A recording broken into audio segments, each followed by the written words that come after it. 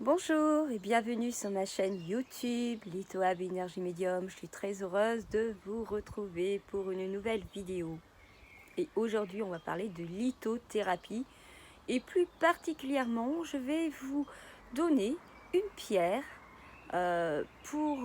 si vous avez besoin de booster votre énergie sur un plan plutôt physique.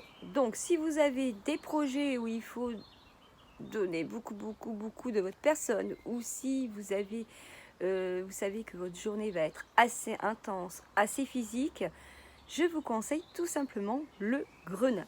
Le grenat est une pierre rouge qui est bien sûr, comme vous le savez, associée à notre chakra racine, cette énergie vitale. Donc vous pouvez porter sur vous un bracelet, un pendentif en grenat. Donc voici par exemple mon bracelet en grenat. Donc c'est une pierre rouge.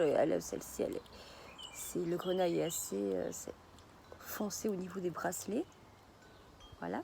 Et après j'ai mon petit pendentif en grenat que j'aime beaucoup. Donc, vous voyez, à force de purifier nos pierres, des fois on a du calcaire. J'ai beau mettre de l'eau déminéralisée, mais malgré tout, des fois on se retrouve avec un petit peu de calcaire. Bon, rien de méchant. Donc voilà, moi je sais que j'aime beaucoup porter cette pierre lorsque j'ai du vernis partout sur les ongles que j'ai enlevé. Désolée. Donc je sais que j'aime beaucoup porter cette pierre lorsque je sais que je vais faire des efforts assez physiques dans ma journée.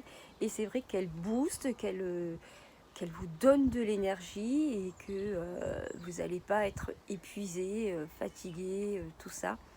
Elle est bien sûr à la fin de la journée, et bien sûr quand vous arrêtez toute activité, vous êtes un peu... Mais elle nous permet de pouvoir avoir une force vitale, une force physique, et ainsi pouvoir nous booster tout au long de notre journée.